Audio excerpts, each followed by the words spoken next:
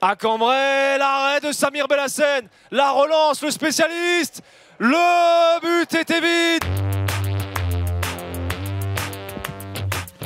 Bonjour à tous, bienvenue dans le débrief, l'émission de la LNH qui fait le tour de l'actualité handball en moins de 5 minutes. Et on commence tout de suite avec sans doute la belle opération du week-end, c'est la victoire de Dunkerque à l'extérieur. Victoire sur le terrain du PAUC 25-28.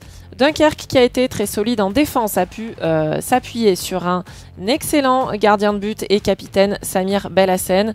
Dunkerque a construit sa victoire petit à petit en deuxième période, s'offrant ainsi une belle victoire sans trembler et sans frayeur. Une copie parfaite même, selon Samir Belhassen, qu'on écoute. Pour moi, je pense que c'est une copie parfaite ce soir. On a su imposer notre rythme. Contrairement à ce qu'on fait d'habitude, à essayer de jouer rapidement, là on s'est un peu calmé. Bon, ce qui a bien marché contre Saraf, mais là on a varié aujourd'hui. Je pense que Aix nous attendait sur ça aussi. Donc voilà, on a un peu géré le temps et franchement, je suis content. Pour moi, je trouve que c'est une belle copie là depuis le début de la saison. C'est top. Le seul, ce qui fait chier, le bémol, c'est j'espère qu'il n'y a rien de grave, la blessure d'Aubé. Mais... La blessure à laquelle Samir fait référence, regardez, c'est sur ces images. C'est la blessure d'O'Brien Niateux sur ce kung-fu. Il semble se blesser à la réception. Alors on attend évidemment des nouvelles du club, mais on envoie d'ores et déjà toute notre force au demi-centre dunkerquois. Autre match, autre scénario, celui de la rencontre entre Montpellier et Limoges. Montpellier a été impeccable pendant les 38 premières minutes, score à ce moment-là 22-15. Et puis les Montpelliérains ont eu un passage à vide, laissant Limoges revenir et avoir même plusieurs ballons d'égalisation. Les Limougeaux n'en ont pas profité, tombant notamment sur un excellent Rémi Desbonnets entré en cours de match. Résultat, Montpellier a repris les choses en main, Limoges a sombré, score final 33-26. Ça ne reflète pas forcément les belles choses qu'on a vues du côté de Limoges.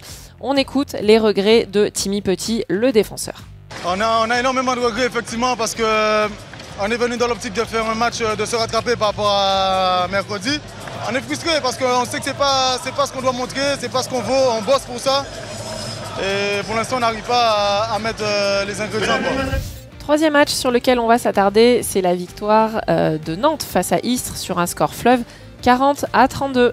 Les Nantais qui ont globalement maîtrisé cette rencontre ont été un petit peu irréguliers, laissant à 2 reprises leur adversaire revenir au score en milieu de première et de deuxième période. Alors au final, 40 buts inscrits, la victoire est toujours la tête au classement général. Ça reste positif, même si vous allez l'entendre avec Thibaut Brier, on reste très exigeant du côté du H. On va pas se satisfaire de ce match parce que en première on joue bien, on a un trou à un moment et on revient à 11-9 je crois, et après on met du carburant et on fait la différence. Je crois qu'on est à plus 7 à la mi-temps, plus 8. Mais après en deuxième, si on veut être régulier toute la saison, il faut qu'on a l'occasion de tuer ces équipes-là, en plus à domicile, ben on le fasse et qu'on se fasse pas peur. Ils sont revenus à -4 je crois à 15 minutes de la fin et ça on doit corriger. Alors les autres résultats, regardez, c'est surtout la victoire du plus petit des écarts. De Paris à Chartres, victoire 32-33.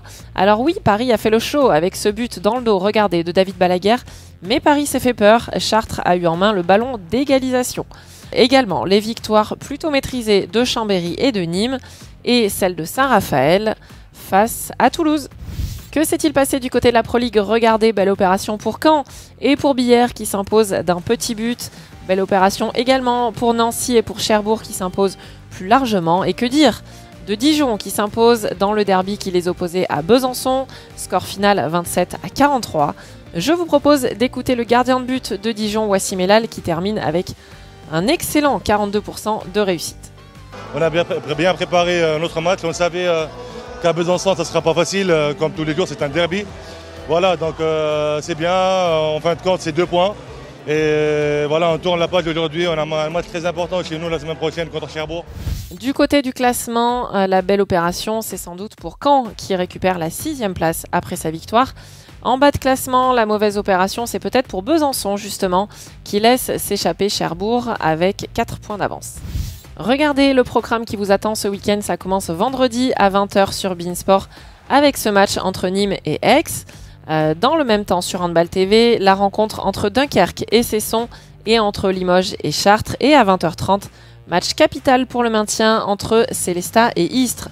2 matchs samedi et 2 matchs dimanche pour terminer Avec ce choc entre Paris et Saint-Raphaël, rendez-vous à 16h30 dimanche sur beIN Sport. En Pro League, regardez 2 matchs également seront diffusés. Le premier entre Valence et Bordeaux vendredi à 20h30. Bordeaux, équipe surprise dont on parle beaucoup, alors profitez-en. Et le deuxième match, ce sera entre Sarrebourg et Saran samedi à la même heure, 20h30. Évidemment, tout ça sur Handball TV. Voilà, c'est tout pour aujourd'hui. Je vous souhaite une très belle semaine et je vous dis à la semaine prochaine.